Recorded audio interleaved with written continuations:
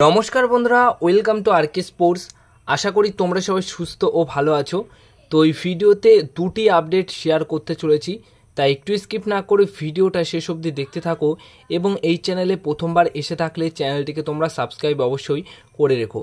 তো প্রথম যে খবরটা শেয়ার করব, আইএসএল সিজন 10-এর জন্য যেহেতু 10 বছর পূর্ণ করেছিল আইএসএল, তাই একটা নতুন ধরনের লোগো আমরা দেখতে পেয়েছিলাম। হ্যাঁ, আইএসএল 10-এর মানে 10-এর যে গোল জিরোটা রয়েছে, সেই জিরোর মধ্যে কিন্তু ইন্ডিয়ান সুপার লিগের এতদিনের যে লোগোটা ছিল সেটা আমরা দেখতে পারছিলাম। তো আইএসএল সিজন 11-এ কিন্তু সেই পুরনো লোগো যেটা আমাদের আইএসএল বা ইন্ডিয়ান সুপার লিগে রয়েছে, সেই পুরনো লোগোটা কিন্তু আবার ফিরছে। কোনোরকম আইএসএল সিজন 10-এর যে লোগোটা রয়েছে সেটা কিন্তু থাকছে না, মানে পুরনো লোগোই কিন্তু আবার আইএসএল তাদের লোগো হিসেবে রাখতে চলেছে। এবার যে বিষয়টা শেয়ার করব সবশেষে, সেটা হচ্ছে মোহনবাগান দল গঠনের ক্ষেত্রে এখন কিন্তু বেশ আলোচনায় রয়েছে। বিদেশি থেকে স্বদেশির মধ্যে কিন্তু বড় বড় 3 তারকার নাম বেশ আলোচনার মধ্যে রয়েছে, যেরকম ছাংতে, আপুইয়া এবং জ্যাকসন সিং।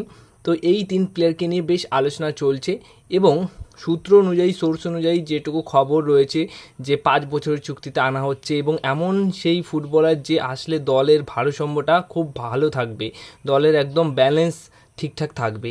তো দেখো, এমনিতেই মোহনবাগান দলের কাছে আক্রমণ ভাগের খেলার জন্য প্লেয়ার রয়েছে আশিক কুনিয়া, লিস্টন ক্লাস ও মানবীর সিং এবং আরও অন্যান্য প্লেয়ার কিন্তু রয়েছে। তো সেই ক্ষেত্রে ছাংতেকে তো নিয়ে আসতে পারলে খুবই ভালো হয়, বাট ছাংতে কিন্তু মুম্বাই সিটি এফসি দল ছাড়ছেন না, বা তাকে মুম্বাই সিটি এফসি দল ছাড়ছে না। তো ছাংতে তো আগে থেকেই বাদ, আর ছাংতে আসলে আমার মনে হয় না যে মোহনবাগান দলের যে দলটা রয়েছে সেটা ব্যালেন্স হবে, কারণ আক্রমণ দিক দিয়ে হয়তো সেখানে ভালো হতে পারে, কিন্তু সেটা তো আর ব্যালেন্স টিম হলো না।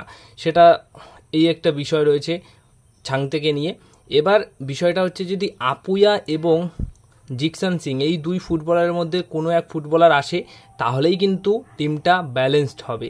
আর মলিনা কিন্তু সেটাই চাইছে, যে ব্যালেন্স টিম করতে চাইছে এবং ব্যালেন্স টিম করার জন্য এই 2 ফুটবলারের মধ্যেই যে কোনো একটা ফুটবলারকে আনতে চাইছে এবং ম্যানেজমেন্ট সেইভাবে কথাবার্তা বলছে। একটা অপশন যদি চলে যায়, মানে অপশন বলতে যদি আপুইয়া না আসে তাহলে জ্যাকসন সিং রয়েছে, আর জ্যাকসন সিং যদি চলে আসে তাহলে আপুইয়ার পিছনে আর যাবে না। তো মেন এখন যেটা ব্যাপারটা হচ্ছে, আপুইয়াকে অ্যাপ্রোচ করছে ভালো রকমভাবেই।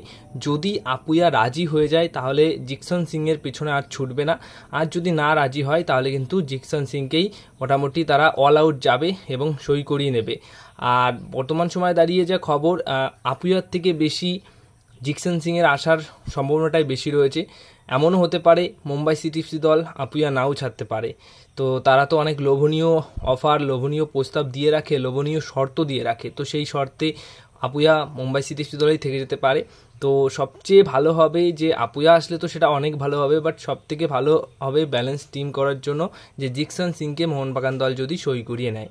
আর মলিনারও সেরকমই একটা ব্যাপার রয়েছে যে মলিনা কাকে চাইছে। মলিনা মোটামুটি এই 2 ফুটবলারের মধ্যে যে কোনো একজনকেই চাইছে, আর এই 2 ফুটবলারের মধ্যেই যে কোনো একজন আসলে তবেই কিন্তু মাঝমাঠটা ঠিকঠাক থাকছে এবং পুরো একটা ব্যালেন্স টিম থাকছে।